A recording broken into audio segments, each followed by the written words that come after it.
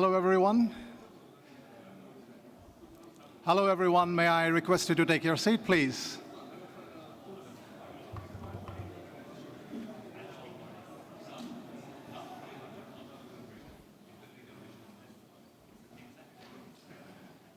Please take a seat.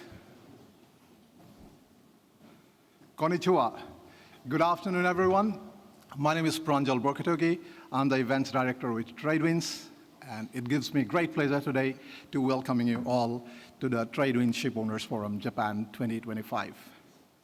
It's so good to see so many familiar faces and a few new ones, and thank you all very much for coming together today. Before we start the day, we have a few housekeeping points that I would like to run it by you. The hotel staff told us that there is no planned fire drill today, so if you hear a fire alarm going off, then please leave the building calmly through those exits. We have, okay, I'm supposed to forward the slides as well. Organizing an event is very expensive, especially if it is in Tokyo. And we couldn't have done it without the support from our sponsors. So thanks to our sponsors. Thank you, Marshall Island, for hosting us at the lunch just now. A special mention to our local partner here, JMD, Japan Maritime Daily, for all the ground coordination and the guidance all throughout the preparation phase. Kozu-san, thank you very much, Hidemi-san, and of course, to your team. We have an event app, if we haven't told you enough about it. If you haven't yet downloaded, may I request you to download it using the QR code here, or you can get the app from App Store in Apple or the Google Play Store. The app, you can access the app using the registered email address, what you have used to register for this event, and the password is Japan 2025, with J being capital. The app not only gives you the chance to know your fellow delegates, but also you get to know a little bit about the speakers, and you can follow the agenda as we go along. You can also get the QR code right behind the badge or right behind the program booklet. And if you decide to take any photo today, and if you decide to post it in your social media channels like LinkedIn, Facebook, X, please use the hashtag TradeWinds events so that we can like it, we can repost it, and we'll give you a little more mileage for your post, I guess, that way. We have a packed agenda today with a lot of great discussions that are coming up. But to take us through the day, may I please invite Editor-in-Chief of TradeWinds, Julian Bray. Julian. Thank you.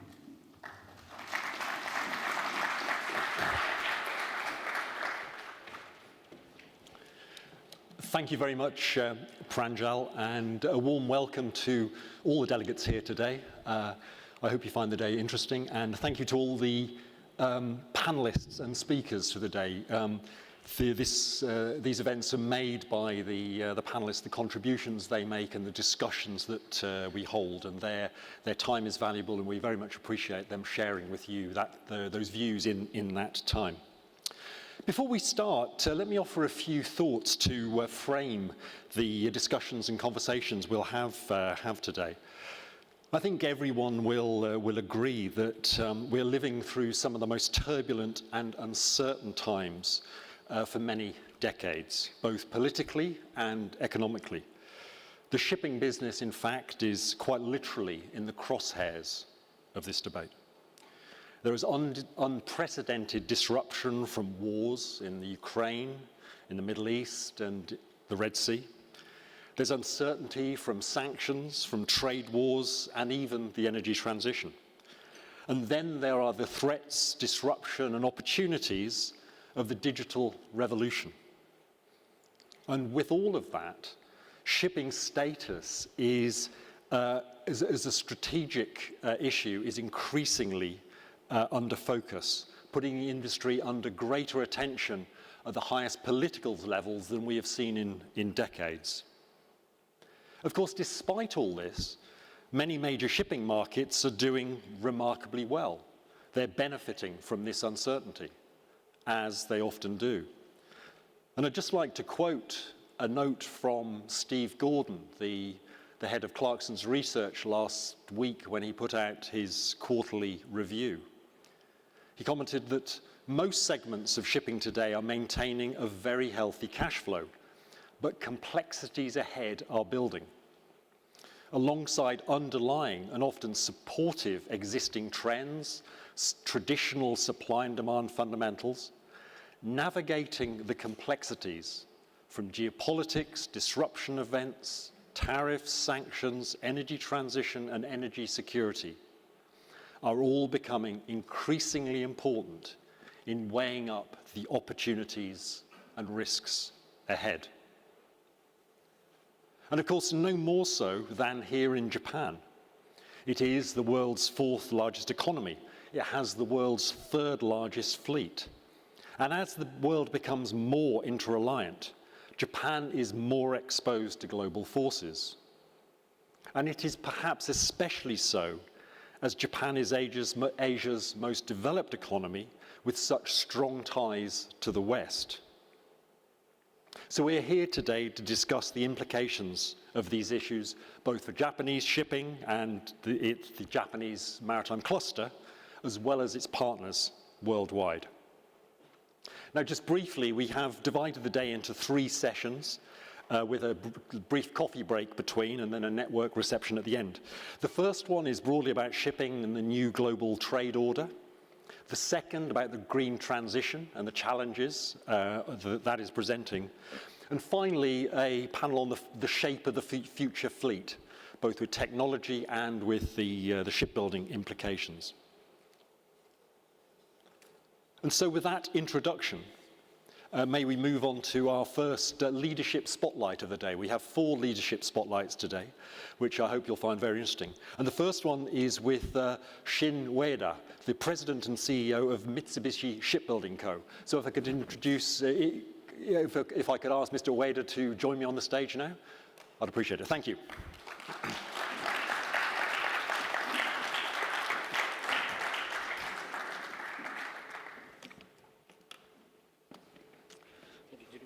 Please grab a seat.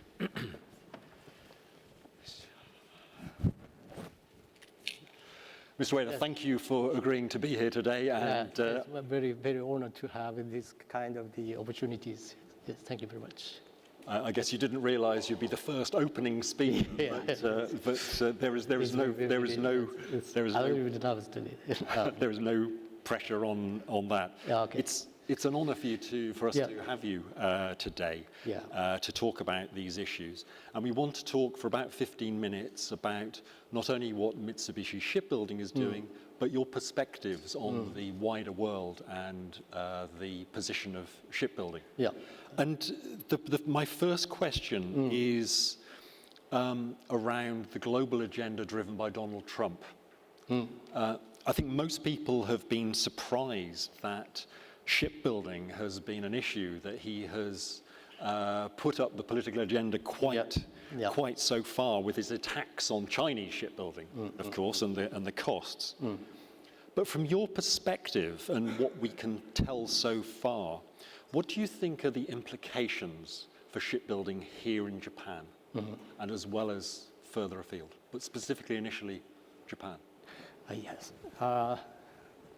I think it's this kind of the movement or developments is good for us, and that was the make the broaden the recognition of that the shipbuilding industry have the industrial essential base, and this kind of the movement makes the opportunities or changes in the shipbuilding industry, and that will make the challenges also in the shipbuilding industry. Do you think those opportunities can reverse the long-term decline of the industry here in Japan? Yes. I feel that this kind of the chance. For example, the Japanese Liberal Domestic Party have the meeting recently, and they announced that the Japan's the shipbuilding industry target will be doubled up to the 18 million tons per year for production. And this, according to this target, Japan's Shipowners Association President Mr. Nagasawa said that he supported this target, and he said that Japan Shipowners Association will work with the Japanese shipbuilding industry to achieve this target, and they will support us. And this kind of the statements is very encouraging the Japanese shipping industry, and it's very good for us. And based on this current development atmosphere, we'll move forward for the Japan's shipbuilding industry and also for the ship equipment industry to work for the ship owners. And this current will change from the decline to the upmost. So I believe that we can back to the target. But we have the many points to be achieved. Yes. Japanese shipyards have a global reputation for high quality and good equipment. The problem has often been price, certainly for simple ships. Now, with the world looking towards higher technology in ships, do you see there, and with the fuel particularly, of course, do you see there is an opportunity there for Japanese shipyards to leverage their skill in higher technology, higher quality ships? I think, and I believe that usually Japan's manufacturing company and many Japanese companies have a good technology, such as using the new fuel or fuel cell, the batteries or renewable energy, and some enhanced technologies. So, for Japan's shipbuilding industry can use these technologies into our shipping design and production, and that will help strongly to the shipping industry. Then we need to have. I think that we have in my mind, it's 5 strategy is needed for us. The first is the automation. We need to automate our production process or production machines, and to achieve the high efficiency and the good quality. And the second is that we need to invest for the technology, high technology, and our shipping building facilities also. And the third thing is that we need to have the strong human resources. So we need to improve our educational programs, and also for the we need to for example, for the AI and the new technologies, we have such kind of the working force. And also we need to find, and we need to grow the technical engineer for quickly working for the shipbuilding industry. And the fourth thing is that we need to have more improved our market presence. For Japanese shipbuilder need to source out the more information to the global market, and we need to have more collaboration with the foreign countries. And the last one, the fifth one, is that we need to continue to do our accumulative innovation and continuous improvement. That is very characteristics and differentiate point of the Japanese companies and the Japanese shipbuilding industry. So these 5 points is in my mind. Interesting. Yeah. For shipbuilders worldwide, labor and the cost of labor, but also the skill of labor has been a problem. It is an ongoing issue, and especially perhaps here in Japan. You mentioned the point one there about automation. How quickly, how effectively do you think automation can help resolve the problem of the skill, the volume, and the cost of labor here in Japan? Yes, for improvement of the such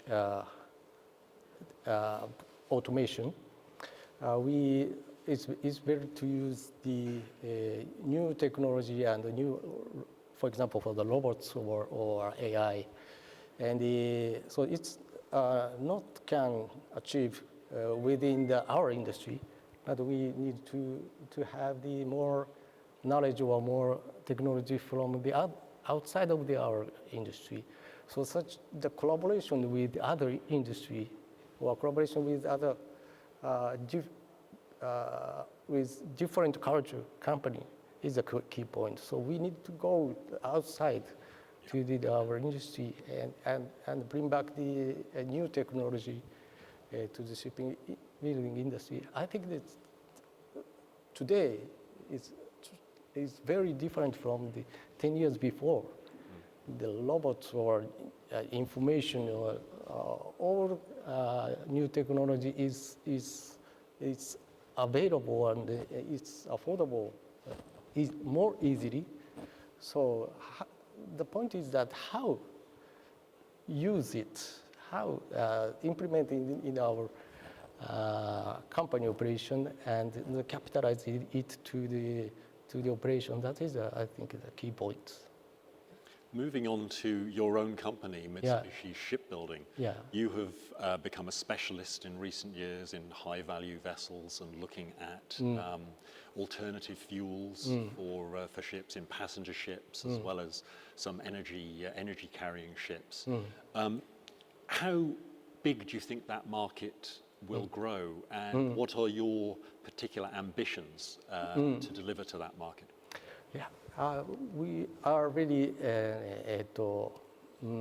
expecting that, for example, for the liquefied CO2 carrier or the new fuel, especially for the LNG and ammonia fuel ships, and my expectation is these two.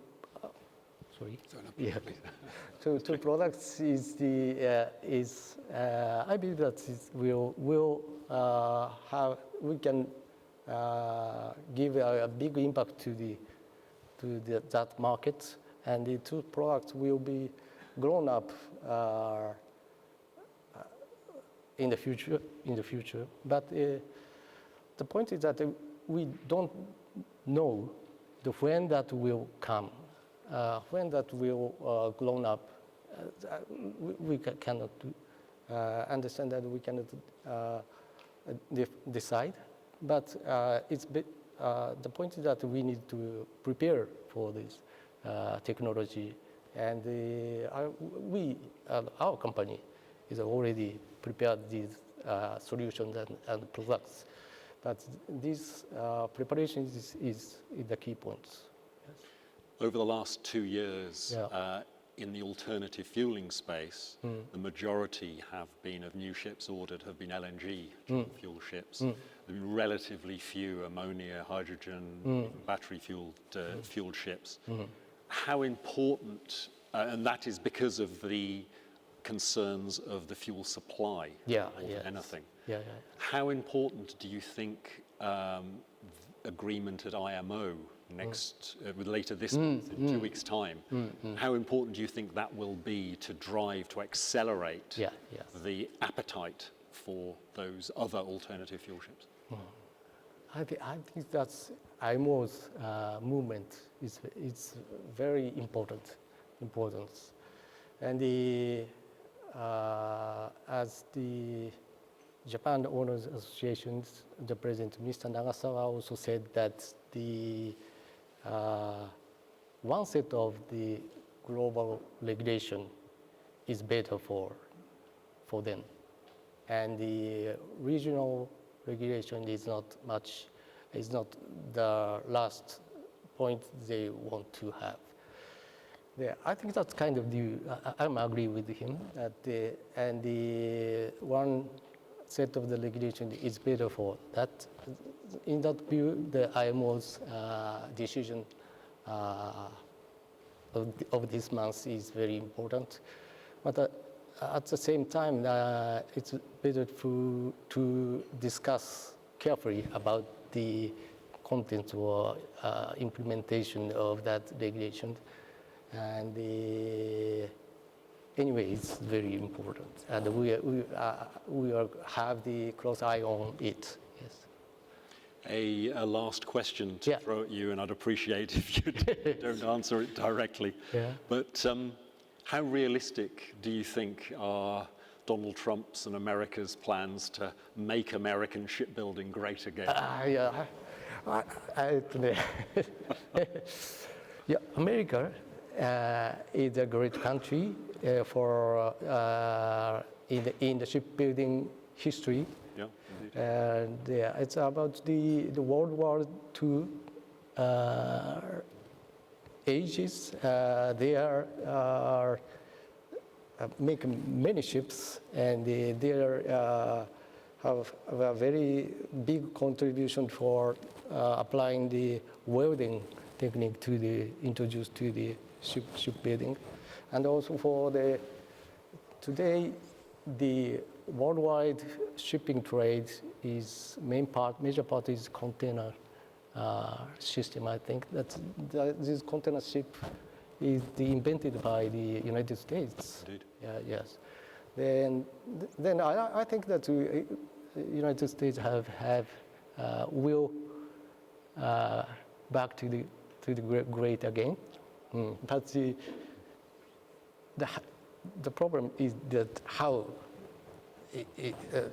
long it's needed for that. So today's condition is very severe, I think, and so 5 years, 10 years, 20 years, but in the last year they can have the potential to back to the great country for the shipbuilding again. Yeah. And I'm sure before that you would like to see Japanese ships made more great again. closely, very closely. Yes. Shinueda, thank you very much for your time and contribution today. If you'd like to show your appreciation. Thank you very much. Thank you very much. Thank you very much. Please, thank you.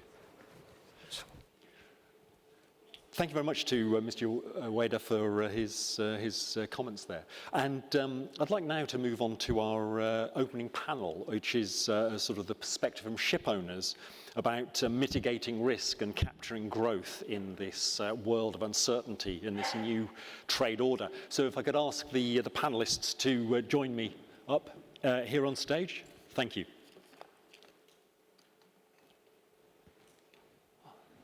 Should I? Yeah, well, if it's possible. There we go. Okay, good to see you. Nice to see you again. We follow the photos. In the middle, Oh, sorry. Milena, perhaps? No problem. Yes, please. Good to see you.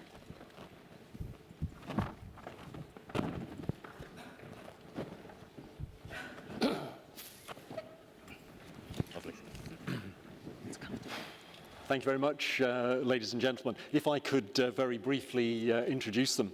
To my left here, it's a pleasure to have Kensuke Kubota, the General Manager in the Marine Solution Business Development Division of Mitsui & Co. Had a long career with Mitsui & Co., which of course is something like a $90 billion turnover trading giant, and he's had a long experience in the ship and marine division. It's a great pleasure to see you again, Mr. Kubota. Bungchol Ra, the Executive Vice President of Pan Ocean Co. Limited. Again, a career nearly as long as TradeWinds.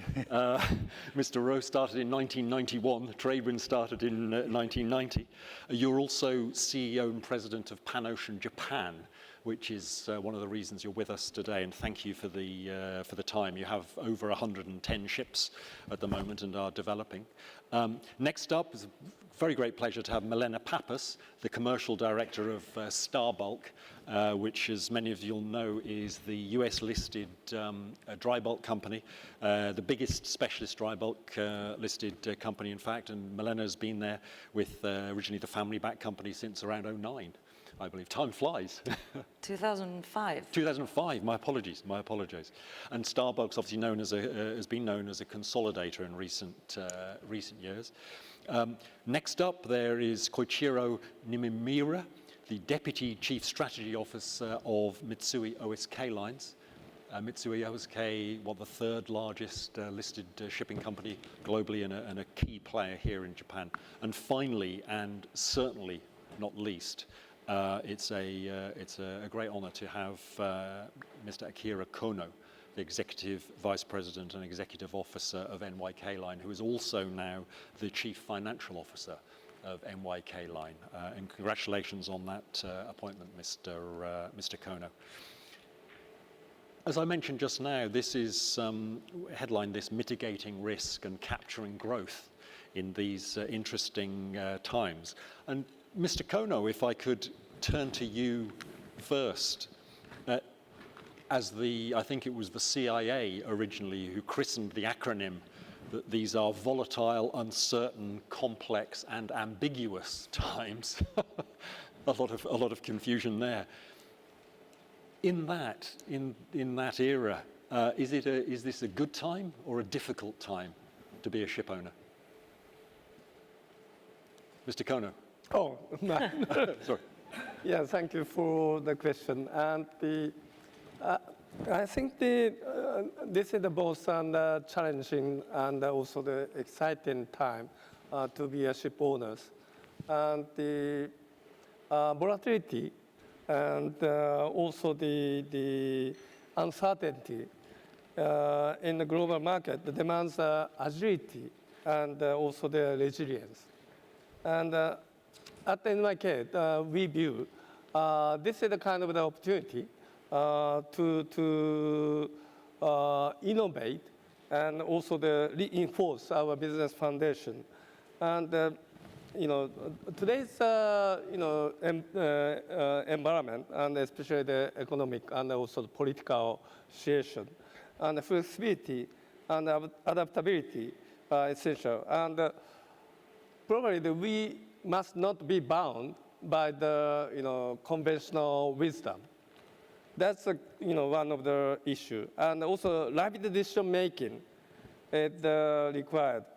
And which requires the deep understanding of the diverse information and also the values. And the historically, the shipping industry, we are expanding and also evolved and by the overcoming and the volatilities. That's shipping industry. It has the nature of the volatility naturally, and then we have to navigate challenge anyway, and it is crucial to maintain the long-term visions, clarity, and also the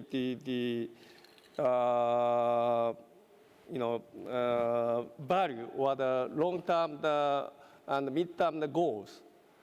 Then at NYK, we committed to promote and digitalization and also the decarbonization.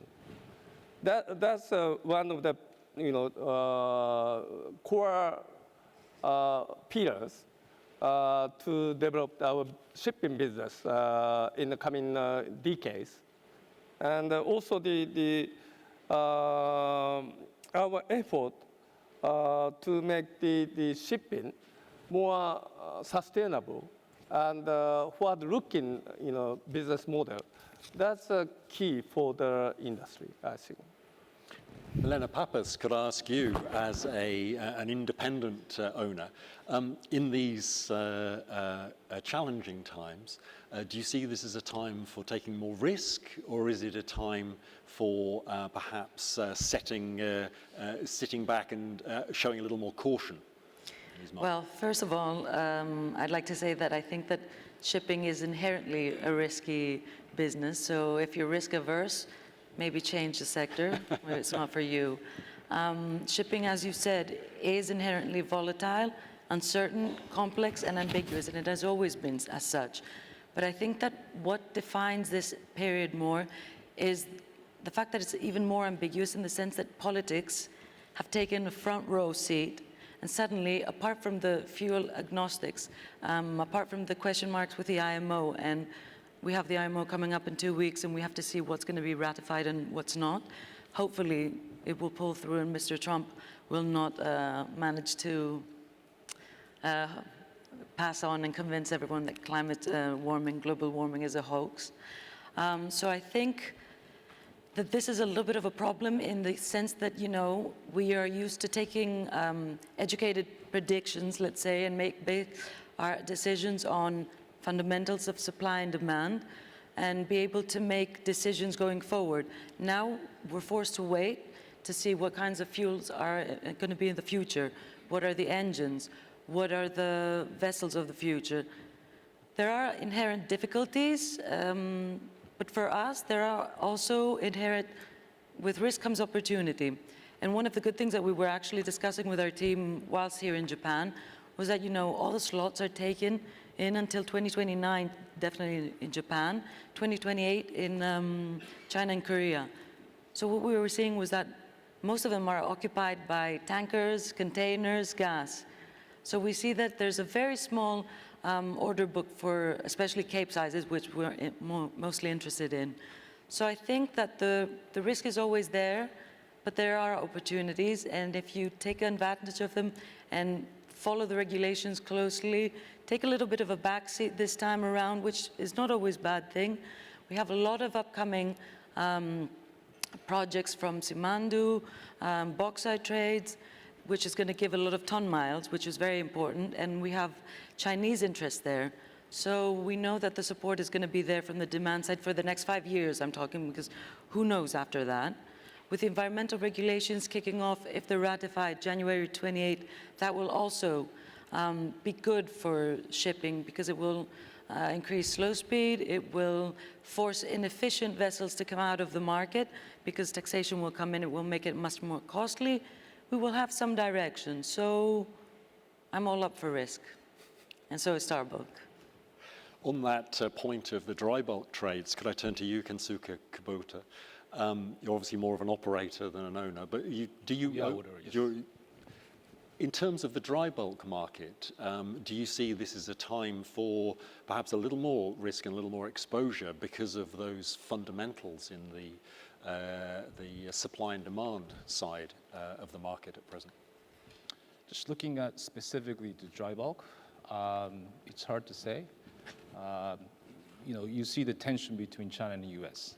and the trade between these two big countries, containers and car carriers. So you actually dry bulk carriers are not really affected by that movement.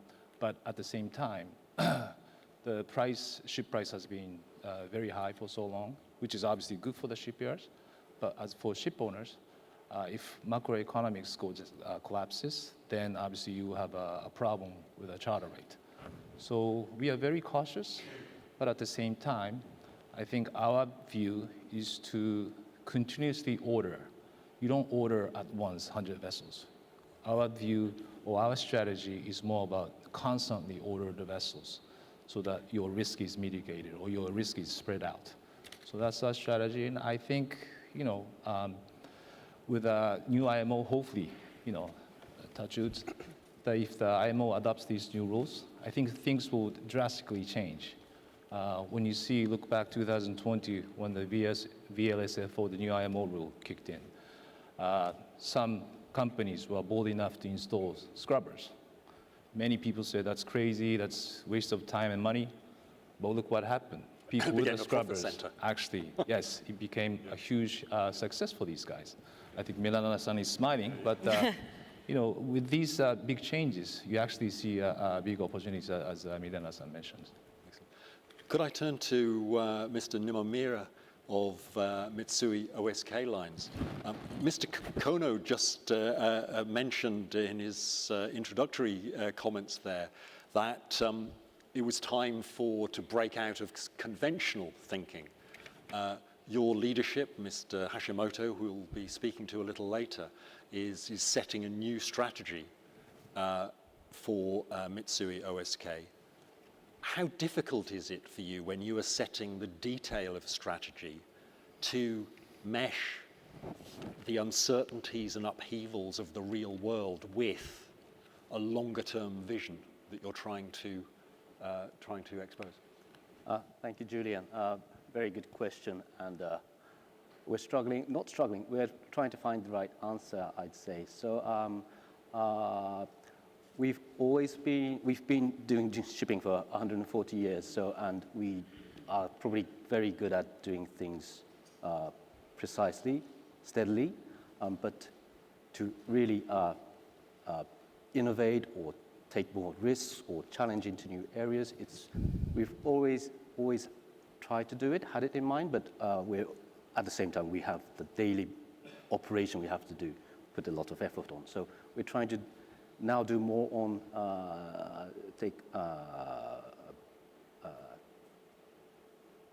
put more resource on explorations rather than just exploitation. So that's we've like we have set up a corporate venture capital in our group. We've took a bit of time, but we've managed to set sail, a proper big sail on a proper big cargo vessel on 2 of them.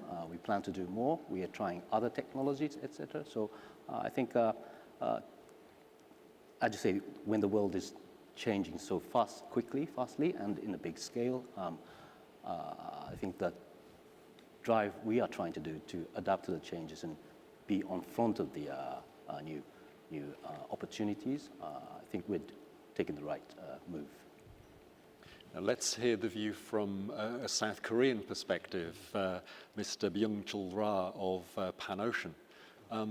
How are you assessing the risk and opportunity in these uncertain times, at the very least? When I heard about the VUCA, the new world, it looks like a quite suitable analysis to explain about the shipping industry. There's so volatility. You can see there's a market. It's maybe the VUCA, that means it looks like a very difficult element, but actually it is another word, a very good opportunity for the shipping. So this kind of volatility make us some room to play, and also uncertainty, as you know, let's say last quarter century, the market was very volatile, and it was main effect was Chinese, the sudden growth brought the big super cycle, and the last couple of years ago also some pandemic issue. There's the COVID-19, the unexpected circumstances made the market super cycle. So this kind of some uncertainty we can prepare. We can prepare the kind of the circumstance that we can enjoy in other words. So that's why for us but nowadays this complexity and the ambiguous environment, we should be careful. We should study on it. So some change of the technology and some worldwide regulations, so we should prepare. But in between, we can find the room to play, and we can find some potential from that. That's why in general, we can say this is the good chance for the shipping and a good time for the shipowners, I think. I think it's surprised quite a lot of people in shipping markets so far this year that the impact of the political talk from Washington and the trade wars, flip-flopping on tariffs, hasn't had a greater impact on shipping markets. Obviously, a relatively small volume of shipping is directly affected by the tariffs, but there are knock-on effects, of course, with US exports of soybeans at the moment, for instance. Could I ask the panel whether they are surprised by that and whether there is an underlying longer-term shift that they feel is likely to be happening, driving the reshaping of many trade flows. Kensuke, could I ask you first on this? Sure. I wasn't really surprised, or we weren't really surprised, because again, the main trade flow between China and US is container and car carriers. So I think it's limited effect to that. But obviously, I presume Chinese shipping companies have been brutally affected, potentially. But looking ahead, I think we have to be very mindful about this geopolitical issue when you order vessels. So I think this not only applies to new building vessels, but also potentially to dry docking or even conversion of certain vessels or retrofitting as well. So I think I can hear people say, where's the next China? You know, so people are saying, is it India? Is it some other countries in Southeast Asia? Or is it Korea or Japan reviving again? So this is going to be quite interesting, that whether people continue to order or see China as the main supply source, which right now it is, but 10 or 20 years down the road, it could change. And we know that Indians are very, very keen to have their shipbuilding capacity bigger. So let's see how it happens. Milena, you must be watching these issues with in a lot of detail, of course, but in the sort of medium to longer term, do you anticipate that this reshaping, frankly, of trade relationships will alter trades in ways that we just don't simply know at this stage? Can I take us a step back first? I actually think that we have felt the Trump effect. The minute that he got elected, we saw that the markets pulled back a lot. We saw that China pulled back a lot from buying until in anticipation of the Liberation Day, where we saw a massive shock, a massive pullback for a week. And when finally some negotiations with different countries started coming into play and, some confidence came back into the market, we saw that Q2 and Q3 were much stronger again. And I think that, and especially there was a front loading because when we saw that there was going to be a postponement of these tariffs, there was a lot of front loading in anticipation of those and restocking. So still we haven't seen the tariffs coming to full effect. So I think that we will see that more so in 2026, and we will see a more fragmented world. I am not sure if and how long these tariffs will last. So for the medium long term, I think we will have to wait until 2026. And for sure, we know that China is going to be importing soybeans and grains from South America, Brazil. We can see that boycott already in effect. And we're going to see that in November because that's usually the season for it. But the world is going towards a more fragmented way. I think that Mr. Trump's tariffs are aimed to isolate China and try to boycott them in a way. But I think that China is too strong, and I think that their calm way of dealing with it at the moment, they came out with a statement saying that they reserve the rights, basically. I think China is too strong to be able to stop. And while the world is becoming more fragmented, they keep their ties with Russia, with South African countries in a more quiet way. And I think that while everyone's making noise and Mr. Trump is making all these huge statements, they're slowly but surely steadily on. Mr. Ninomiya, is that the issue here, that rather than the noise, if you like, from Trump, it's more the structural change this is leading to? It's a breakdown in the way trade has developed over the last 30 years, and that it is a new, more sort of individual nation relationship trade that's going to build up? Yes, I think we have to kind of see the world in a different way. Not dramatically, but as you say, it has been changing anyway, and it's probably going to be more a one-by-one relation and more friend-shoring, if you say. So we'll see more dominant trades will still be there, but there'll be more regional trades that kind of as a stronger supply chain, a more reliable one. So I think we are partly MOLs trying to take those opportunities. So we are very, of course, strong in the Japanese market, the Pacific Asian market, but we're trying to find more friends and partners in the Atlantics, in the Americas, in Europe, etc. Of course, in India, Middle East, Africa, etc. So I think that will be more important in the longer term.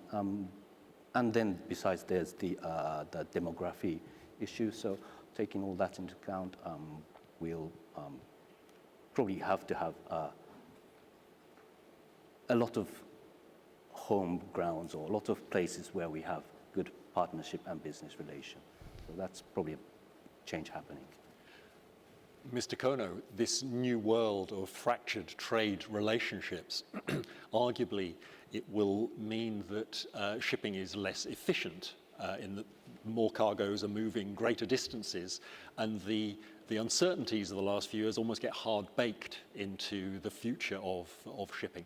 Do you see opportunities in that for larger companies with the ability to have bigger trading ranges of ships with and using the sophistication you have to be able to exploit those inefficiencies? Yeah, and before talking about that point, I'd like to highlight on the container sectors. And this year, container cargo movement is very much affected by the political issues and the political actions, especially U.S. tariffs and tension between China and the U.S. However, at the beginning of this year, the many shippers and suppliers, they have expected something happens between China and the U.S. Then they have diverted their cargo movement from China to the Europe. Then the market is picking up. And after the kind of the news, U.S.-China shake the hand. Then the cargo coming back to the Pacific trade. That happens in the short term. But in the long run, the container sectors, compared with the 30 years back, and the size of the business has been dramatically expanded. At the same time, the consolidation has been made. So then what I would like to say is as long as the world economy is growing, shipping requirement is very, very strong, and also the increase. So that's the basic idea we should have. So for the coming decades, and probably some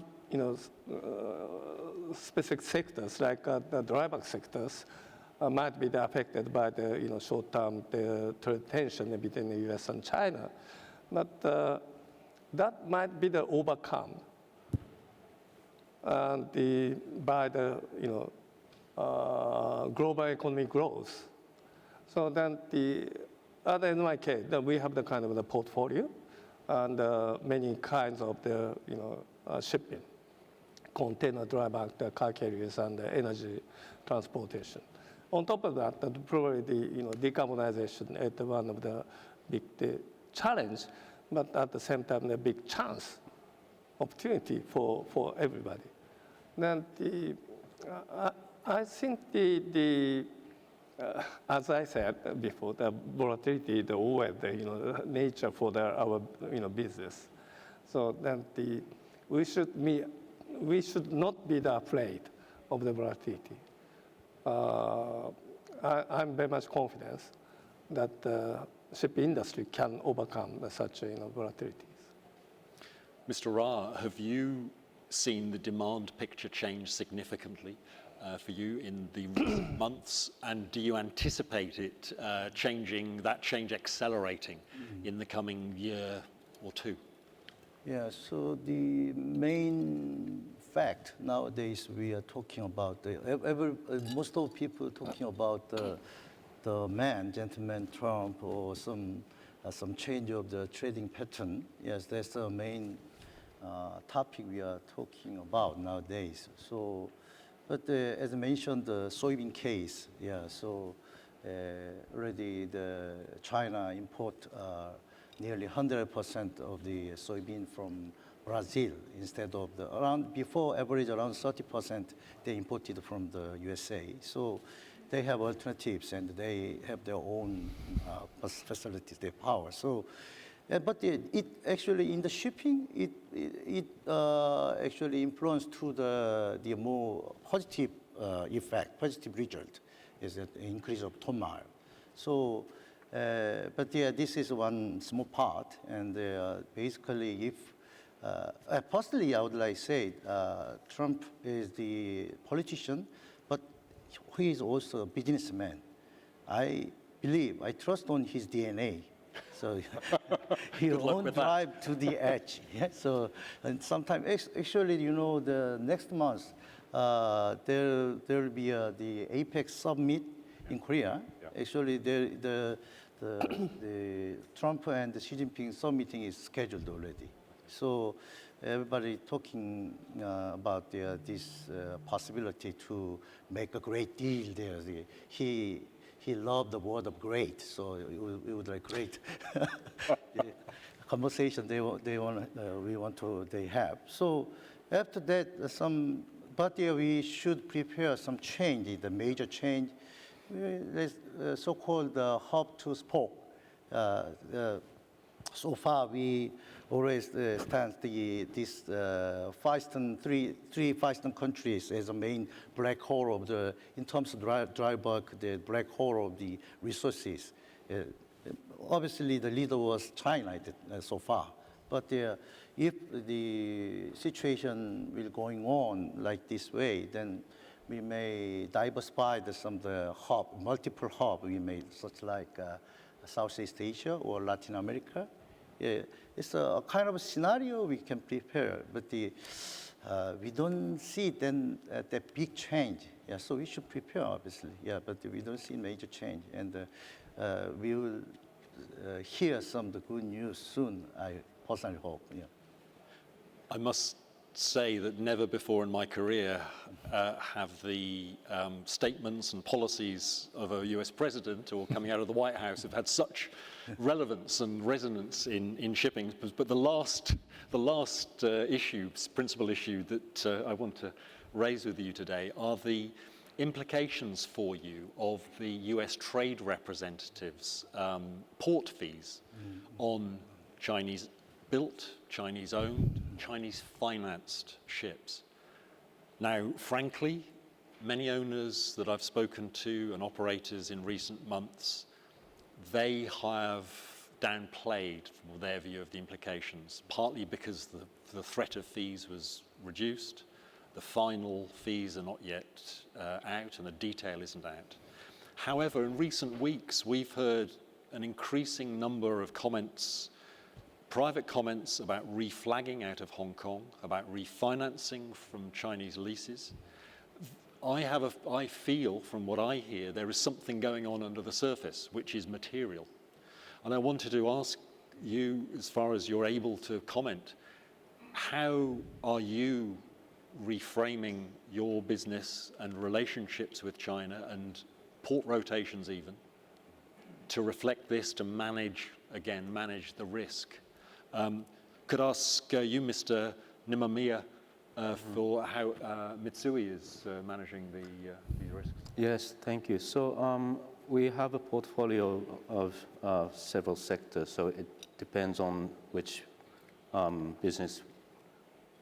But fortunately, we have a mixture of fleet, Japanese built, Japanese financed, then Chinese built, of course, and then other built in other countries or financed by various institutes. So we have managed to shift our vessels around and all the trade patterns. So I'd say, and then the lowering of the tariff itself has helped. So it hasn't been as significant as we initially thought, but in the long run, it does have an impact. We have to look at the long-term possibilities of maybe the tariffs increasing, etc. But having said that, as an industry, we can't work without the Chinese shipbuilding or the Chinese financing. So I think we can just hope there won't be more severe tariffs in those aspects, and then, but on a realistic point, we will continue to deal with the various countries and the various partners we have. Mr. Kono, has it been a challenge rearranging your fleet rotations and any finance issues to deal with this risk? Yeah, in the short term, as Ninomiya-san says, some of the shipping companies or the operators, they have the portfolio fleet, then they tend to diversify those Chinese-built vessels to the other destinations. However, Chinese shipbuilding, they have the competitiveness and they have the price leader. And then we cannot ignore the capacity of the Chinese shipbuilding industries. Somehow, shipping industries have to order the vessels at the Chinese yards in the long run. And probably the idea behind the introduction of the port fee for the Chinese-built vessels or the Chinese-related shipping companies, that to make the a level playing field. However, in the long run, and other shipbuilding industries like the Japanese or the Korean or the U.S. in the future or the Europe, and the cost might be still slightly or some portion higher than the Chinese build, then those costs have to be absorbed by the supply chain anyway. So then the port, additional port charges applied to the Chinese build. Some owners may try to make the pass on to the customers, and also they increase the shipbuilding cost. Definitely that will be borne by the supply chain, the customer at the end. So probably some freight or the rate increase may happen at the end. Earlier this year, it was clear after the tariffs were first announced, there was a slowdown in container ship ordering. And then a lot of the big lines were trading off the Korea against China. But a lot of them have clearly assessed the risk and gone with China in recent months. There's been a flood of orders going in, and we, TradeWinds, we have a story running today that Maersk has now basically eliminated the Korean yards for its new LNG new buildings, container new buildings, and is looking at China largely on cost. Milena, how have you assessed the risk in this to you, and have you instigated any short-term changes and any long-term strategic choices? Well, luckily, it doesn't really affect dry bulk that much because the USTR port fees exempt vessels below 80,000 deadweight, which is Supramaxes and Ultramaxes. So that's business as usual. And those are the ones that trade US more. Kamsarmaxes have very, very few trades there. So we're lucky enough to have a big enough fleet with a lot of Japanese and Korean vessels as well, but a lot of Japanese, and we've reshuffled around if need be, in the sense that we have one US port call per semester or so. So it doesn't really affect us. But I think that generally, again, it's difficult to answer these questions with conviction because Mr. Trump keeps changing his mind. He keeps changing the tariffs. Like it was previously said, they're much lower than we were feared. Then his term will be up in 3 years. China's definitely not going to be away in 3 years. These vessels are not going to be going away. We've seen how many vessels how many new building vessels have been put in China. So I think he'll be gone before Chinese vessels. Chinese So I mean, yeah. So Yeah. I'm just waiting and see. It doesn't affect us at the moment. It's more. It affects the container market much more than the dry bulk, and we are also in the larger vessels. So we're on the clear right now. So we're not saying anything. Mr. Ra, are you exposed? And if you are, how have you been managing that risk? Most of situation we have same. We are also operating in majority the dry bulk. So below 80,000, it is exempt, and also even over 80,000, there is no case with a cargo to arrive at the USA. Normally, more bigger than 80,000, most of case just ballast. So also it is applied the exemption. So there's no case in dry bulk. And for our company case, there is no Chinese-built tankers and no trading to the container to USA. So basically no effect for us. But in the industry basis, I heard COSCO, their case, I need to check more precisely, but the Chinese government subsidize the company for some, in case of the levies occurred, then they can pay instead of the company to maintain the business. So means Chinese government, even government, their perspective is not that pessimistic, I think. So he can change any time, but the good change or bad change, we don't know. Yeah, but we will change the soonest, I think. Mr. Kubota, could I ask how you are managing this risk issue? And then also, though, the key critical issue is, do you think the US policy will have effectiveness, i.e. driving people away from Chinese yards, Chinese finance, and Chinese ownership? To be honest with you, we are basically the same position as they are. We are basically a ship owner. So we charter our vessels out. So port fees are not our responsibility, charterers. So we are basically closely monitoring the situation. Do you think it will change people's approach to the business, or is it, do you think it's actually manageable? What's interesting about today's TradeWinds event is taking place before the IMO decision and USTR kickoff. So it's very unclear. Perfectly. Actually, on that, I just have the 2 questions left before we finish. The final one, by the way, I'll put to you all, which is about where you see the greatest opportunity in the next 5 years, which is a typical, rather sort of vanilla journalistic question, but I hope it stimulates a bit of thought. But first of all, it's been mentioned several times about the IMO vote coming up on the adoption of the net zero framework. And just if anybody is vague about what this is, ultimately this is a financial penalties and incentives to drive the use of lower carbon fuels over time, to actually accelerate increase the cost for high carbon fuels, and hopefully then cross-subsidize in effect the higher price of lower carbon fuels.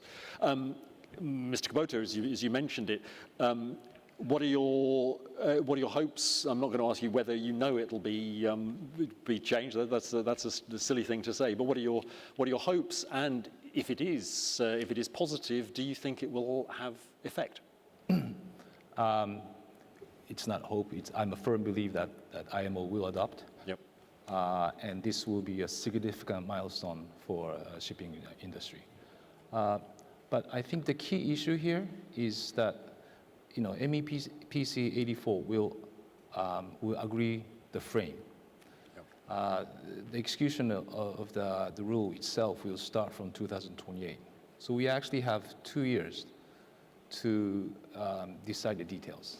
So there's an English phrase called "devil's in details." So next 2 years is going to be very, very critical. What's the LCA guideline? You have all these money coming into IMO, and how do you incentivize people?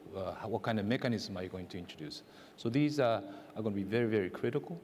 And I think rather than us just monitoring, I think we should, as a Japan Maritime Cluster, should proactively get involved and participate in making the rules itself. Mr. Ra. Yeah. About the MEPC. Yeah. So basically the company position, we respect their decision, and we will support the current direction. Yeah. So, but with the several points, would like talk is the clarity and the consistency, and also the fairness. Yeah, once after the decision, if they collected some funds, and should be contributed to the industry, not for some certain party. So it is the major point we should look at. But in general, our position is to support their decision. Personally, the next month, the issue, some doubt we are listening to from the media nowadays. The last time the mood was nearly closing, yeah, but now some session, so it will be difficult to gain the unanimous decision. Yeah, but we would like more prudent to follow the situation and look at it.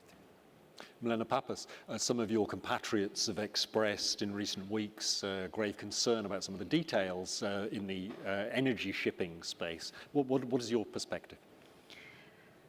I'll try to be very politically correct and diplomatic here, because I don't agree with that. I think that if we're aiming for a framework, it should be well to wake, and I'll leave that there.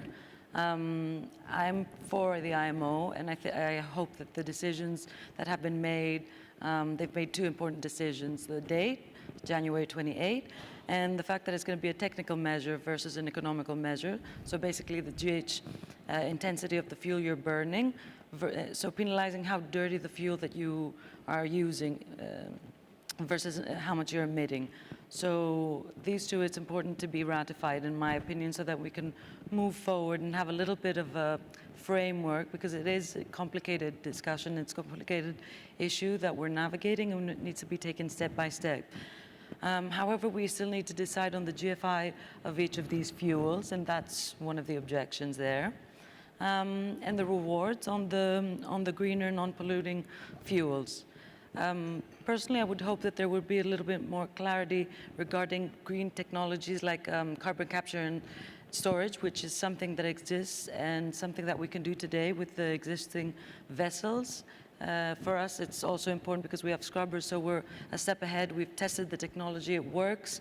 Okay, it's not 100% clean, but it's better than nothing, and something that you can do today on existing vessels without having to have new vessels, and which is also polluting to build new vessels, especially if these vessels are intermediate solutions until we find that final solution, whichever that may be.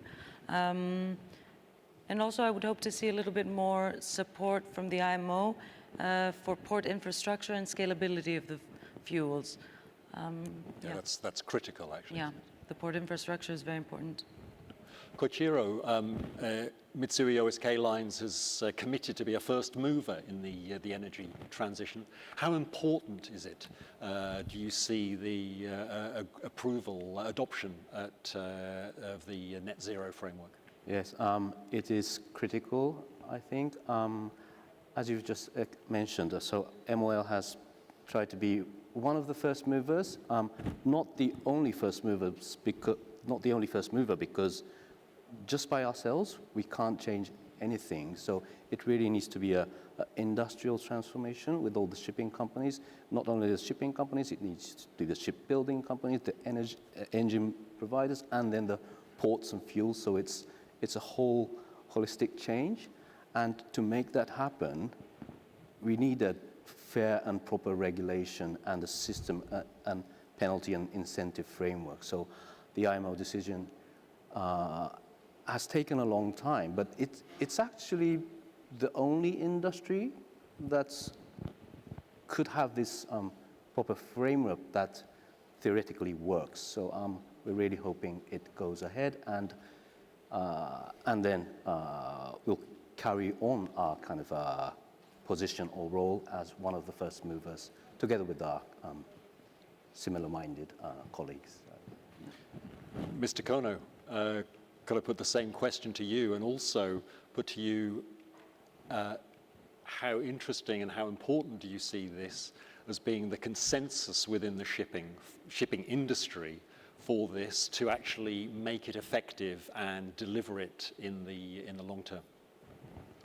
Yeah, I recognize that some concerns and the different opinion against IMO's proposal, IMO's plan at this moment. However, ship industry, we have already invested huge money and spent huge management resources to progress and the reduction of the GHG. And it does cost very much. And finally, those costs has to be borne by the supply chain, as I said. So in order to make the cost pass through, the decarbonization costs, I would like to say, then we need kind of the clear, ambitious target for the decarbonization by regulations. That's IMO's, I think. So that unless we have the universal, transparent regulations, some shipping companies, they have to bear the cost by themselves, and they can say, and our service is very, very green and clean. But some shippers or the customers, they don't like to pay the higher cost. Then the fragmentation might be the arising everywhere. And also I would like to touch upon the regional regulation, like the EU ETS now. That's a regional one. And it's quite burdensome for the shipping companies, for the shipping industries. That's why I think that we need universal, transparent and regulations at the level playing field. That's one issue. And also the other point is the disclosure is also the driver for such a decarbonization. And the shipping industry is very, very unique, governed by the IMO. But other industries, they are governed by each nation's industrial policy. So it's varying. So then the harmonization is very much needed. So in order to harmonize such differences, and the disclosure for the all industries across the world, that's very, very beneficial for the shipping industry as well. Thank you. And we're running a little bit late, but we've just got time for this final quick fire round.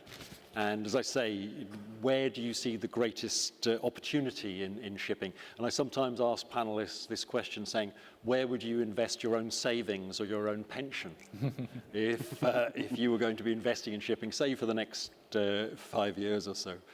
Kensuke Kubota, where do you see the greatest opportunity? Yeah, we see two areas has a lot of potential and room for growth. One is AI. I think shipping needs to transform from steel to fuel to AI and intelligence. The second is FSRU. So we see a lot of potential upstream project that will come on stream by 2030. The issue is because of the global inflation and the limited land space and the lead time to build the onshore terminal or the import terminal, I think I can see a huge potential in FSRU segment for the next 5 years. Very interesting. Mr. Kono? Yeah, as I have already said, I think the big opportunity is the digitalization, as the Kubota mentioned, and also the decarbonization. Yeah. That's a big challenge for our industries. And also the digitalization can give us opportunity for the decarbonization as well. Yeah, yeah. Mr. Ra. Yeah, I thought about if I received the same question 5 years ago, so then my answer could be same like today. Yeah, so but what happened the last 5 years? Obviously, some change of the environment of the current issues, the alternative fuel and the decarbonation. But actually, the last five years, the biggest issue was COVID-19. So in the shipping, obviously we should study as per the some given factors, but always we should prepare something big change, some the black swan so-called. So what could be the next there? So maybe it is a little bit ridiculous comment could be, but it's like the COVID-19. Now, I hope not, but this trade war cannot be the real war. Yeah, so we should study one single cases day by day, each item basis. But in return to the typical comment, so I would like to point to some in terms of the supply side. Some of now the 10 to 15 years old ships percentage in dry bulk is 35%, and especially Capesize 40%. It will be some overage in next 5 years. So in the supply side, some short. And the well-known the green energy and decarbonation. This is already a default fact. So some classic S&P trading, you see. Yes, so very wise. Koichiro, could I ask you?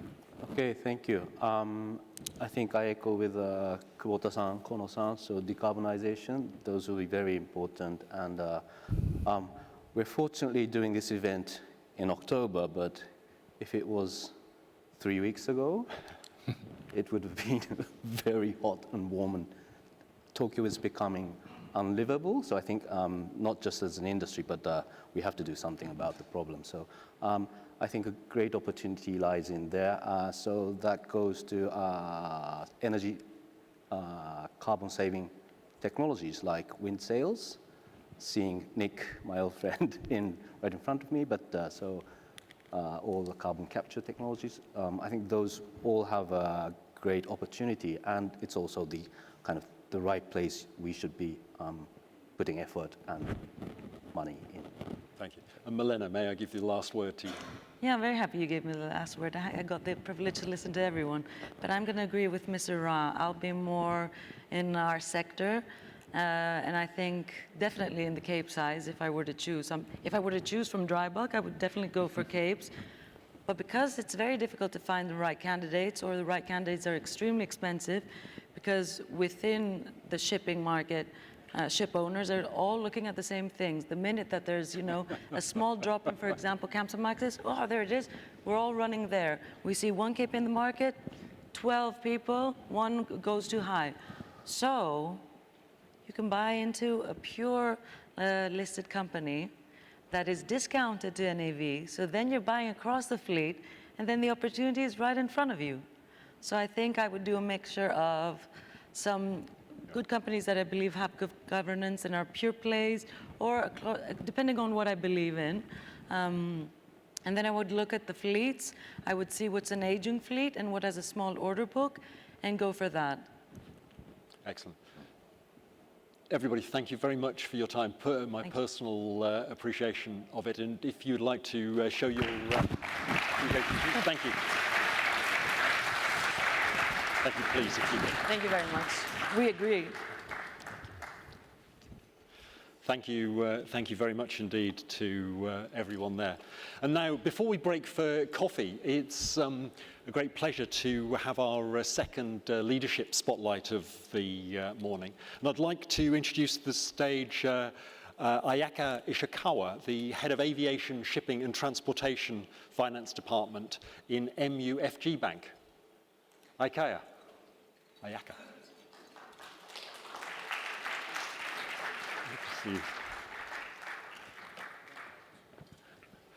Lovely to see you this morning, and so many thanks for agreeing to do this, despite being a relative newcomer to the world of shipping. So I admire your boldness and your appetite for risk. Could I say you've been in your role about 18 months or so, just under.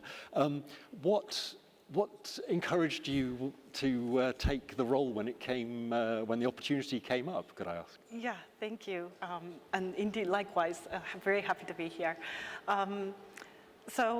Yes, I've been with MUFG for 20 over years and been partially covered, partially structured finance, worked in New York, Singapore, here and there. I was including the years I was seconded to Morgan Stanley doing capital markets job. When I sort of came back from childcare leave, actually, I was hoping for a financing job, a structured financing job that, if I sort of sum up all my experience, would bring value to the table. And so then I was given this role, actually, and I wasn't, as a typical Japanese bank on a rotation. If you're an employee on a rotation, you can't really choose exact role. But even if I had a choice, I would have absolutely chosen this role because, as I understand, we're in a very exciting time in this shipping industry. I wouldn't have chosen a better place to be. Yeah. We were talking just now with the panel about the risks and the opportunities of all this uncertainty, as well as those underlying fundamentals, which mostly are quite good. What's your sort of assessment of the market, and do you feel as yet you have a clear sort of focus on the risk and opportunity thing, which obviously as a banker is critical? Right. So yes, that's a good question. This industry is already complex, and a lot of things are adding additional complexity. But then, as Ms. Mila Papa said, a risk is an opportunity, yes. So we believe that. So there are, I think, concerns here and there. And as a bank, I think we need to make sure we bring the money to the right sort of investment. Need to be, I think, more diligent about where the money goes, including the sanctions and the dark fleets and all the trades that goes on. That said, I think there's opportunity, different increased opportunity here and there. And when it comes to the Japanese shipping industry, I think it's with ever so high attention to this industry. I think there's certainly room to play for us as well. Could you share with us roughly the size of the portfolio and what are the specialisms? What is your sort of USP in MUFG? Thank you. With too much details, I think No, appreciate that. I think our exposure is probably larger than everybody thinks. I think certainly comparable to a Japanese peer, but still away from the French banks, for example. And given the size of our balance sheet, which is 2.2 trillion US dollars, I think we have room to grow for sure. But in terms of types of vessels that we support, I think we're up for all the types of vessels, and certainly keen to understand what is to come in terms of next generation fuels and vessels. And but we also support the conventional sort of fueled vessels as well, given how our mother market, MUFG's mother market is Asia, and want to support what's required. So that's where we stand today. But I think to talk about our specialties, MUFG has 400 branches in Japan, 400 branches outside of Japan as well, invested in many international banks. And so I think we want to bring together knowledge to support this industry. Plus, I think there was a lot of mention about innovation and AI and digitalization with the sort of evolving Banking Act here in Japan as well. We have been investing in a sort of different industry as well, including AI, but not just AI, energy, resources, hydrogen. So I think we want to bring to the table those capabilities, including our network with the startups, and perhaps, I think we have some 2,000 to 3,000 startups being born in Japan as well. I think, these come together. I think we should come together to support as a whole the shipping industry in Japan. Speaking to some of the European and even US shipping financiers, it's funny, in the last year or so, they've all been sort of slightly depressed, but not because loans are going sour or anything. It's just they're being repaid faster than they can offer new ones. So their books have been subtly shrinking over time, and they're desperate to keep their credibility by expanding their loan books. You said that obviously the scale of the balance sheet of your group is big enough to support expansion, and you mentioned new technologies and new fuels. Are there any particular angles that you are looking at present with sort of ambition to expand the loan book?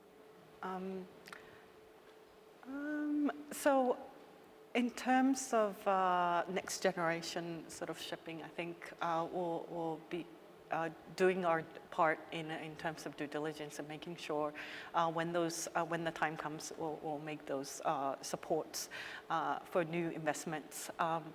I do agree with your observation that European banks are back to the lending market, and the market has gained competitiveness, to be honest.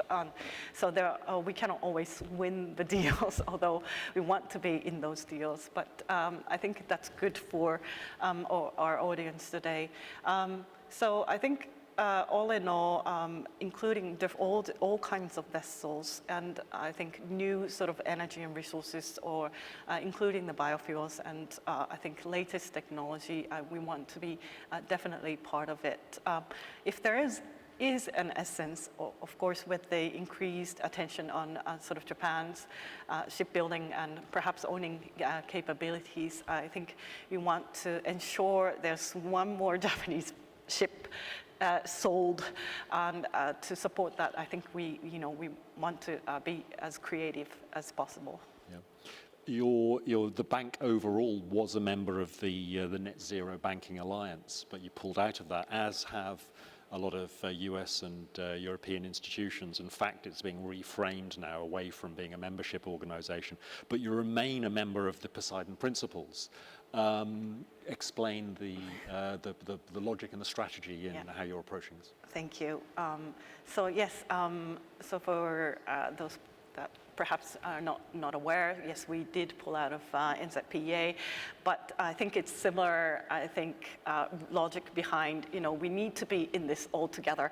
So we noticed our fellow US banks and European banks pulled out of NZBA, so we, questioned the effectiveness of NZBA then, but we remain part of Poseidon Principles. We have committed goals in all the sectors you can name in terms of financier providing financing. So I think we haven't moved an inch from our original goal, or as the regulators and organizations, I think renew their goals. I think we are to follow, ensure that's part of our investment policy.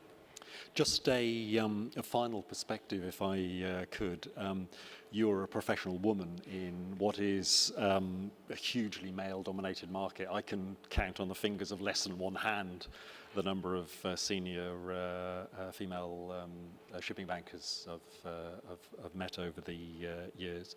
What advice would you give to other women? And I know you have other women on your team, in fact. What advice would you give to other women in banking who wish to, perhaps are interested in the shipping and broader transport finance arena? And what lessons are you learning? Thank you.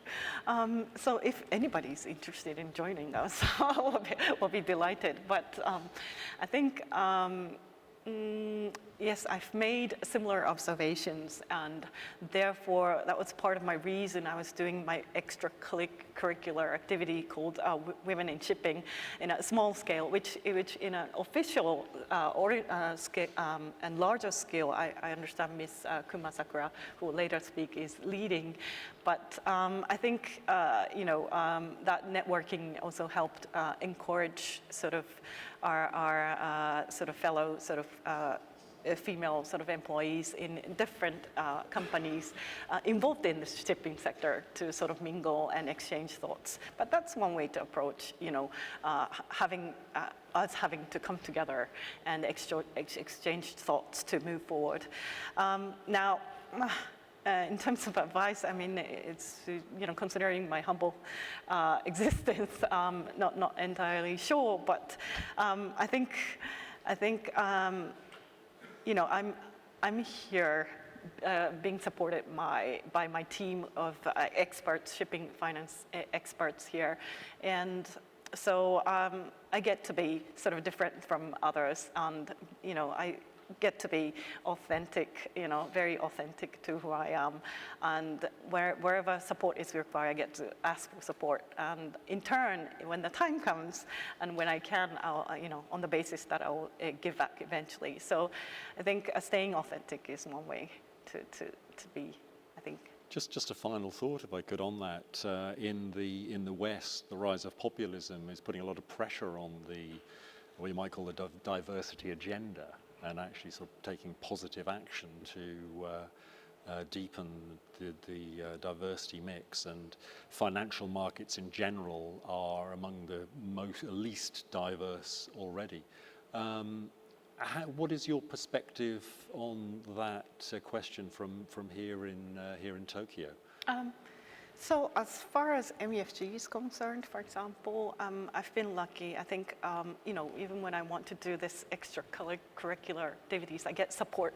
I get sponsors internally from my male managements to definitely promote that. So I'm very, very sort of comfortable to be here. And it's, I think, my sort of year of when I entered this industry, I think it's true that we were still minority, but I think today, it's not so right to say we were minority in this banking industry, and so I want to see the same trend across industries.